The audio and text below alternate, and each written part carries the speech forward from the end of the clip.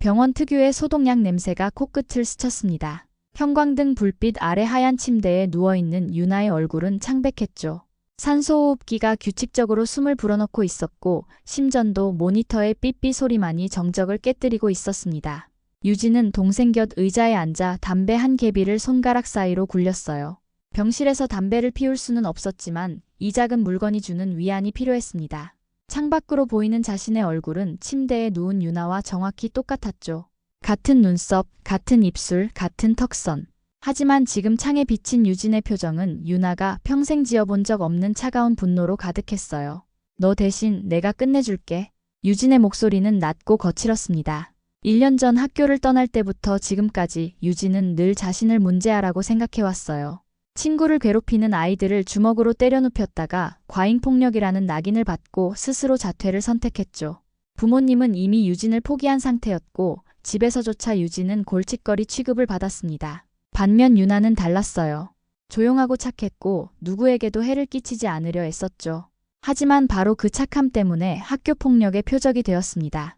유진이 문제를 일으킨 그 집안애라는 꼬리표가 유나에게까지 따라붙었고 아이들은 반항하지 않는 유나를 더욱 쉬운 먹잇감으로 여겼어요. 유진은 유나의 일기장을 펼쳤습니다. 떨리는 글씨로 적힌 마지막 날의 기록이었죠. 그 애들한테서 벗어나고 싶어. 하지만 누구도 상처받게 하고 싶지 않아. 언니처럼 싸울 수도 없고 그냥 조용히 사라지고 싶어. 유진의 손이 떨렸습니다. 동생이 혼수 상태에 빠지기 전 마지막 며칠 동안 유나는 혼자서 모든 걸 감당하려 했어요. 세연과 미진, 수호 같은 아이들이 매일 괴롭혔지만 부모님에게도 선생님에게도 심지어 유진에게도 말하지 않았죠. 병원 복도에서 들려오는 발걸음 소리가 점점 멀어졌습니다. 유진은 창밖을 바라보며 결심을 굳혔어요. 동생을 이렇게 만든 놈들을 그냥 둘 수는 없었습니다. 하지만 이번엔 주먹이 아니라 다른 방법을 써야 했죠. 유나의 모습으로 그들 곁에 스며들어 그들이 유나에게 했던 일을 똑똑히 갚아주겠다고 다짐했습니다. 월요일 아침 유진은 유나의 교복을 입고 거울 앞에 섰습니다. 머리를 유나처럼 단정하게 묶고 화장기 없는 수수한 얼굴로 만들었어요. 유나가 늘 메고 다니던 낡은 가방까지 어깨에 걸치니 완벽했죠. 거울 속 모습은 분명 유나였습니다. 학교 정문을 지날 때 심장이 빠르게 뛰었어요. 1년 만에 다시 밟는 학교 땅이었지만 이번엔 다른 사람의 이름으로 들어가는 것이었죠. 복도를 걸으며 유진은 유나의 걸음걸이를 흉내냈습니다. 조용하고 조심스럽게 시선을 바닥에 둔 채로요. 유나야. 뒤에서 들려온 목소리에 유진이 돌아봤습니다. 세연이었어요. 키가 크고 날씬한 몸매의 또래보다 성숙한 얼굴, 항상 브랜드 액세서리로 치장하고 다니는 모습이 여전했죠. 세연 옆에는 미진과 수호가 서 있었습니다. 어머, 우리 유나가 돌아왔네. 세연의 목소리엔 비꼬는 기색이 역력했어요. 많이 좋아졌나 봐. 그래도 여전히 말은 없고. 유진은 유나처럼 고개를 숙이고 대답하지 않았습니다. 하지만 속으로는 세연의 얼굴을 똑똑히 기억해두고 있었어요. 유나의 일기장에서 읽었던 그 이름, 매일 동생을 괴롭혔던 바로 그 얼굴이었죠. 야, 인사는 해야지. 미진이 한 걸음 다가왔습니다. 덩치가 큰 미진의 위압감은 예전 그대로였어요. 몇 달 동안 어디 숨어 있었던 거야? 아팠어. 유진이 유나의 목소리를 흉내내며 조용히 대답했습니다. 아팠다고? 세연이 웃었어요. 뭐가 아팠는데? 마음이? 수호가 옆에서 거들었습니다. 유나야, 우리 많이 기다렸어. 네가 없으니까 심심했거든. 그들의 말투에서 유진은 악의를 느낄 수 있었습니다. 겉으로는 친근해 보이지만 실제로는 먹잇감이 돌아온 것을 반기는 포식자들의 눈빛이었어요. 유진은 주먹을 꽉 쥐었다가 다시 폈습니다. 아직은 때가 아니었죠. 그런데 뭔가 달라진 것 같은데. 세연이 유진을 유심히 바라봤습니다. 전에는 우리 보면 벌벌 떨었는데 오늘은 좀 당당해 보이네. 사람은 변하는 거야. 유진이 차분하게 대답했어요. 어머. 세연의 눈썹이 치켜 올라갔습니다. 우리 유나가 말대꾸까지? 정말 많이 달라졌구나. 그 순간 유진은 세연의 눈을 똑바로 바라봤습니다.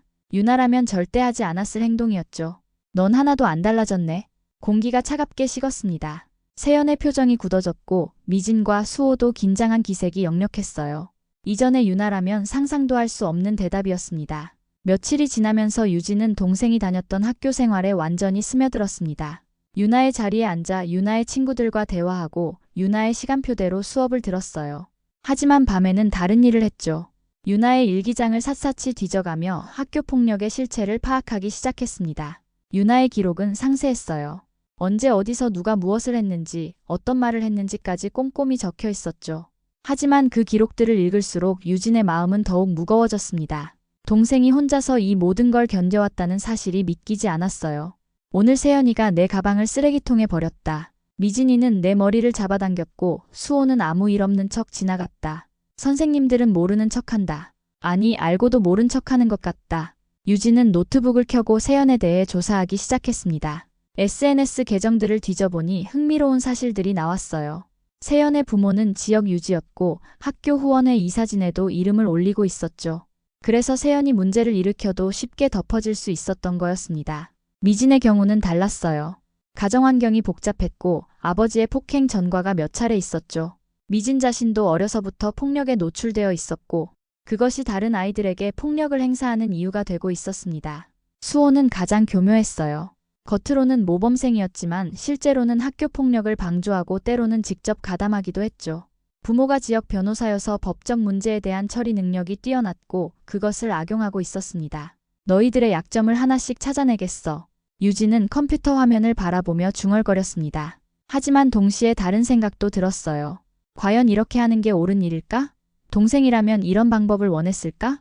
유나의 일기장 마지막 페이지에는 이런 글이 적혀 있었습니다. 언니는 싸우는 방법을 알지만 나는 몰라. 하지만 나는 언니와 달리 누구도 상처받게 하고 싶지 않아.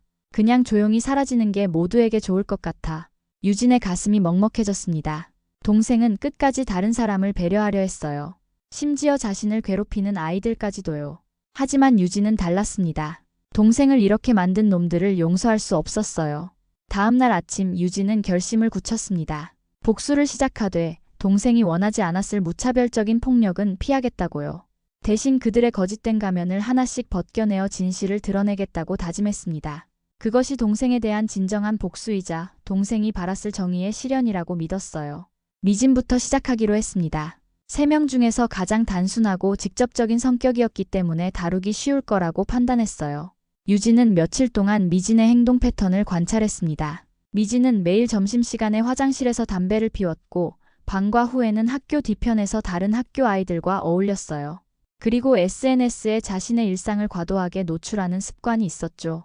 특히 다른 아이들을 괴롭히는 모습까지 마치 자랑하듯 올리곤 했습니다.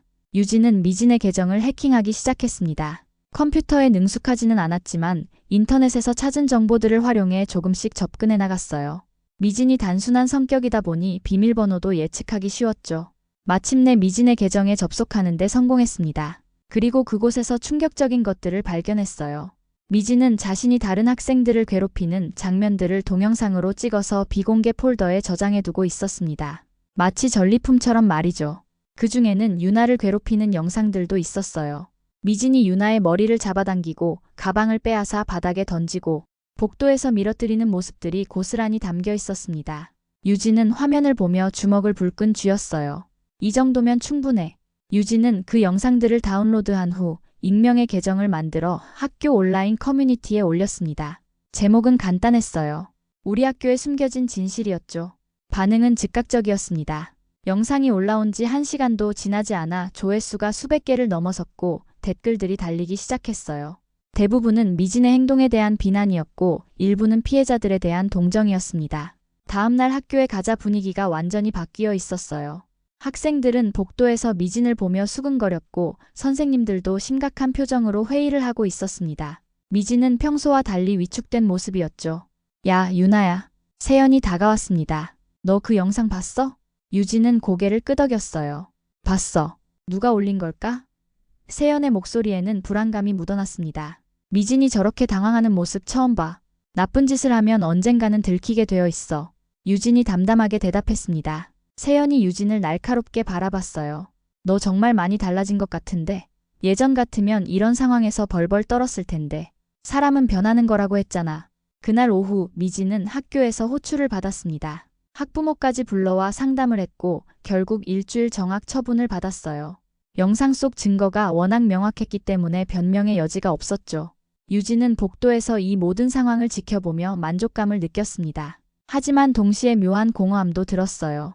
이것이 정말 동생이 원했던 방식일까 하는 의문이 머릿속을 맴돌았습니다. 미진의 실각 이후 수호가 다음 표적이었습니다. 겉으로는 모범생이지만 실제로는 학교 폭력을 방조하고 때로는 직접 가담했던 위선자였어요.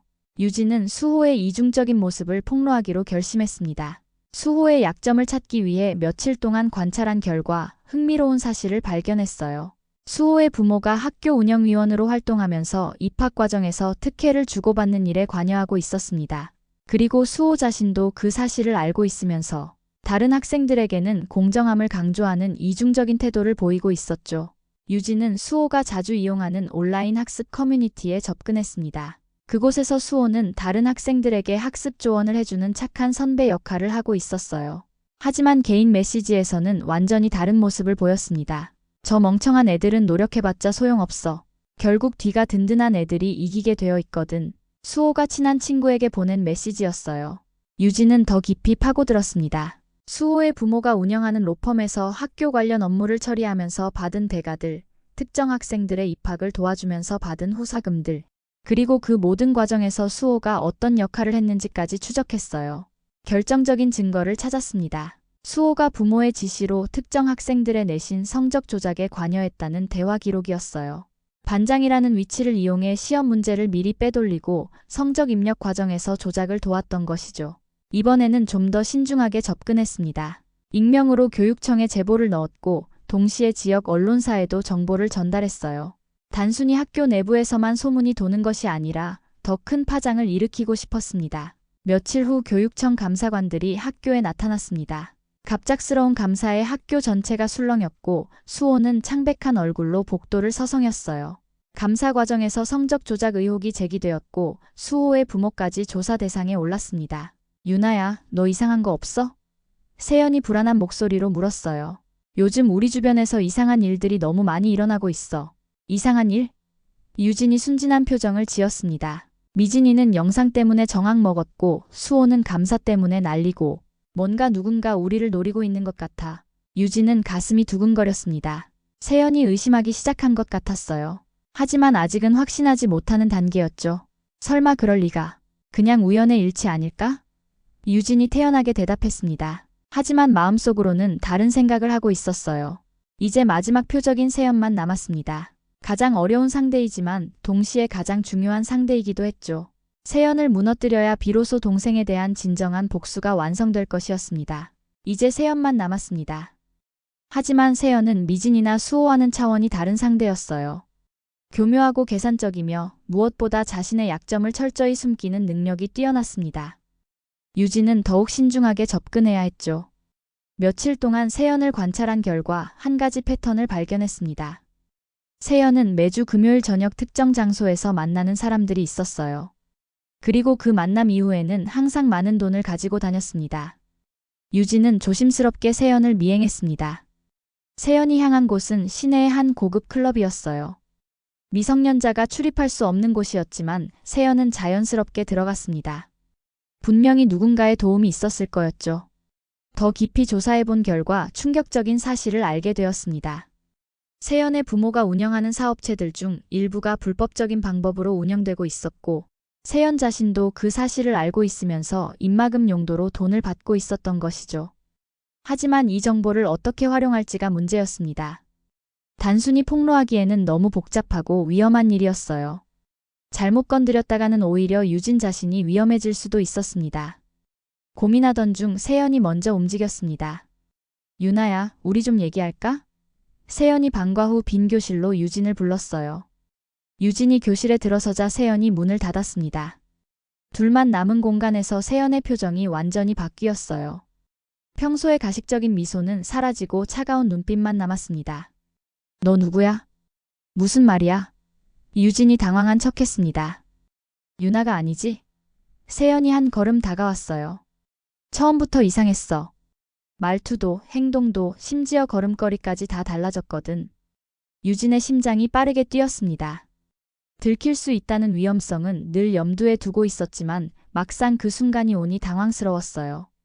미진이랑 수호한테 생긴 일들도 우연이 아니겠지? 세연이 계속 압박했습니다. 누군가 계획적으로 우리를 노리고 있어. 그리고 그 누군가는 바로 너야. 나는 유나야. 유진이 끝까지 부인했습니다. 거짓말. 세연이 소리쳤어요. 유나는 이렇게 당당하지 못해. 유나는 우리를 똑바로 쳐다보지도 못하던 애였어. 그 순간 유진의 참을성이 한계에 달했습니다. 맞아, 유나는 너희를 똑바로 쳐다보지 못했지. 왜냐하면 너희가 그 애를 그렇게 만들었거든. 세연의 눈이 커졌습니다. 역시 그렇구나. 그럼 넌 누구야? 유나의 언니? 유진은 더 이상 숨길 이유가 없다고 생각했습니다. 유진이야. 유나의 쌍둥이 언니. 유진. 세연이 기억을 떠올렸어요. 작년에 폭력 사건으로 자퇴한 그 유진. 그래, 바로 그 문제야 유진이야. 유진이 비웃었습니다. 그리고 너희가 내 동생을 어떻게 만들었는지 다 알고 있어. 세연의 얼굴이 창백해졌습니다. 유나가 지금 어떻게 된 거야? 혼수 상태야. 유진의 목소리가 낮아졌어요. 너희 때문에. 잠시 침묵이 흘렀습니다. 세연도 그 말의 무게를 느끼고 있는 것 같았어요. 하지만 곧 다시 차가운 표정으로 돌아왔습니다. 증명할 수 있어? 세연이 도전적으로 물었어요. 유나가 혼수 상태에 빠진 게 우리 때문이라는 걸? 증명? 유진이 웃었습니다. 미진이 찍어둔 영상들로도 부족해? 수호가 남긴 증거들로도 부족하다고? 세연의 얼굴이 일그러졌습니다. 그럼 이제 내 차례라는 거야? 당연히. 유진이 단호하게 대답했어요. 너희 셋 중에서 네가 제일 나쁜 놈이니까. 좋아. 세연이 갑자기 웃기 시작했습니다. 그럼 한번 해봐. 하지만 나는 미진이나 수호와는 달라.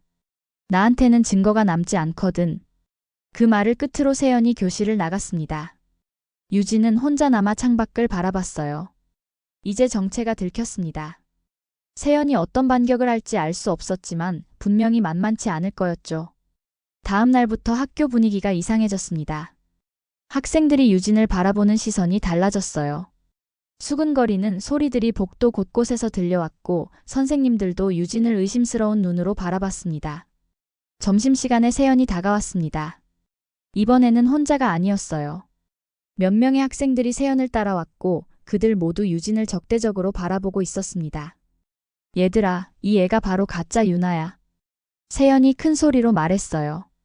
진짜 유나가 아니라 유진이라는 애가 유나인 척하고 우리 학교에 침투한 거야. 학생들이 웅성거리기 시작했습니다. 가짜라고? 그럼 진짜 유나는 어디 있는 거야? 왜 가짜로 왔지? 유나는 지금 병원에 입원해 있어. 세연이 계속 설명했습니다. 그리고 이 애는 우리를 함정에 빠뜨리려고 온 거야. 미진이랑 수호가 당한 것도 다 이해지시고. 유진은 사방에서 쏟아지는 시선들을 받으며 서 있었습니다. 이런 상황까지는 예상하지 못했어요. 세연이 이렇게 정면 승부를 걸 줄은 몰랐죠. 선생님들도 이미 다 알고 계셔. 세연이 마지막 한 방을 날렸습니다. 곧 부모님도 연락 받으실 거고. 그날 오후 유진은 교무실로 불려갔습니다. 담임 선생님과 교감 선생님, 그리고 생활지도부장까지 모여 있었어요. 분위기는 매우 심각했습니다. 유진 학생, 정말 유나 학생인 척하고 우리 학교에 다닌 게 맞나요? 담임 선생님이 조심스럽게 물었어요. 유진은 고개를 끄덕였습니다. 이제 더 이상 숨길 수도 없었고 숨기고 싶지도 않았어요. 왜 그런 일을 했죠? 교감 선생님이 물었습니다. 동생이 학교 폭력을 당해서 혼수 상태에 빠졌어요. 유진이 차분하게 대답했습니다. 그 아이들이 동생을 괴롭힌 거예요. 그렇다고 해서 신분을 속이고 학교에 오는 건 잘못된 행동입니다. 생활지도부장이 엄하게 말했어요. 게다가 다른 학생들에게 해를 끼쳤다는 신고도 들어왔고요. 유진은 웃었습니다. 해를 끼쳤다고요? 진실을 밝힌 건데요? 진실이든 아니든 방법이 잘못되었어요. 담임 선생님이 한숨을 쉬었습니다. 유진 학생 부모님께 연락드렸으니 오시면 상의해서 처리하겠습니다. 그날 저녁 유진은 집에서 부모님의 질책을 받았습니다. 또 문제를 일으켰구나. 유나가 저런 상태인데 네가 이럴 때냐? 익숙한 말들이었어요. 하지만 유진은 후회하지 않았습니다. 비록 세연에게 정체가 들켰고 학교에서 쫓겨날 위기에 처했지만 미진과 수호만큼은 확실히 응징했으니까요. 이제 세연만 남았습니다. 그날 밤 유진은 마지막 계획을 세웠습니다. 어차피 학교에서 쫓겨날 바에는 마지막으로 큰 일을 저지르고 나가겠다고 결심했어요. 세연의 비밀을 세상에 폭로하는 것이었습니다. 다음 날 아침 유진은 마지막으로 학교에 갔습니다. 오늘이 지나면 아마 다시는 이 학교에 올 수 없을 거였어요. 하지만 상관없었습니다. 해야 할 일은 끝내고 나가겠다고 다짐했으니까요. 조회 시간 유진은 교실 앞으로 나갔습니다. 학생들이 웅성거렸지만 신경 쓰지 않았어요. 모두 잘 들어. 유진이 큰 소리로 말했습니다. 내가 유나가 아니라 유진이라는 건 이미 다들 알고 있지? 아이들이 조용해졌습니다. 선생님도 당황한 표정으로 바라보고 있었어요. 내가 왜 여기 왔는지도 설명했고. 유진이 계속했습니다. 그런데 정작 중요한 얘기는 아직 안 했네. 유진은 가방에서 서류 뭉치를 꺼냈습니다. 지난밤 내내 정리한 세연의 비리 증거들이었어요. 세연아, 내 부모가 뭘 하는지 다들 궁금할 것 같은데. 유진이 세연을 바라보며 말했습니다. 세연의 얼굴이 창백해졌습니다. 야, 그만해. 왜? 부끄러운 일이야? 유진이 비웃었어요. 내 부모는 불법 사업으로 돈을 벌고 너는 그 돈으로 학교에서 왕처럼 굴었잖아. 증거가 있어? 세연이 떨리는 목소리로 물었습니다. 당연히 있지. 유진이 서류를 흔들었어요. 네가 매주 금요일에 받던 그 돈의 출처, 내 부모 회사의 탈세 기록, 그리고 학교의 후원금이라는 명목으로 뿌린 로비 자금까지. 교실이 조용해졌습니다. 학생들도 선생님도 모두 숨을 죽이고 있었어요. 그리고 가장 중요한 건 유진이 마지막 카드를 꺼냈습니다. 너희가 유나를 괴롭힌 모든 증거들이야. 미진이 찍어둔 영상들, 수호가 방조한 기록들, 그리고 네가 지시한 모든 것들. 세연이 일어나 유진에게 달려들려 했지만 유진은 피했습니다. 이 모든 자료들은 이미 교육청과 경찰서, 그리고 언론사에 전달됐어. 유진이 차분하게 말했습니다. 오늘 중으로 기사가 나올 거야. 너. 세연이 말을 잇지 못했습니다. 내가 복수를 한 게 아니야. 유진이 마지막으로 말했습니다. 그냥 진실을 말한 거야. 내 동생이 왜 혼수 상태에 빠졌는지, 이 학교에서 무슨 일이 일어나고 있는지를 말이야. 그 순간 교실 문이 열리고 교감 선생님이 들어왔습니다. 유진 학생, 교무실로 오세요. 유진은 고개를 끄덕이고 가방을 들었습니다. 교실을 나가기 전 마지막으로 세연을 바라봤어요. 유나는 끝까지 너희를 미워하지 않으려 했어. 유진이 조용히 말했습니다. 하지만 나는 달라.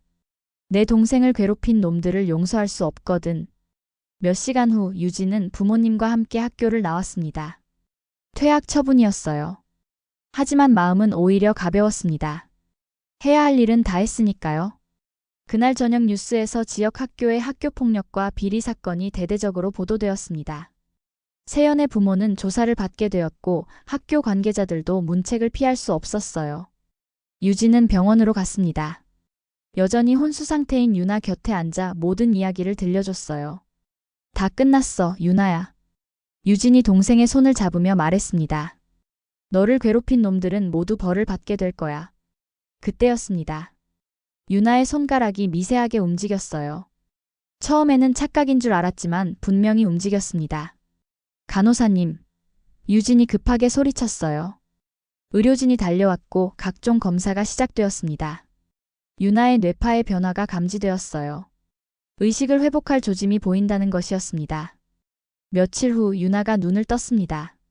첫 번째로 본 것은 유진의 얼굴이었어요. 언니? 유나의 목소리는 약했지만 분명했습니다. 응, 나야. 유진이 눈물을 흘리며 대답했어요. 학교는? 어떻게 됐어? 유나가 걱정스럽게 물었습니다. 다 해결했어. 유진이 웃으며 말했습니다. 이제 아무도 너를 괴롭히지 않을 거야. 병실 창밖으로 따뜻한 햇살이 들어왔습니다. 유진은 처음으로 마음이 평온해짐을 느꼈어요. 그리고 주머니에서 담배를 꺼내 둘로 꺾어버렸습니다. 이제 더 이상 필요 없었으니까요. 복수는 끝났습니다. 하지만 더 중요한 것은 구원이었어요. 동생을 구했고 진실을 밝혔고 정의를 실현했습니다. 비록 대가는 컸지만 후회는 없었어요. 유진과 유나, 쌍둥이 자매의 새로운 시작이었습니다. 이제 그들에게는 서로만 있으면 충분했어요. 과거의 상처는 치유될 것이고 미래에는 더 밝은 날들이 기다리고 있을 거였습니다.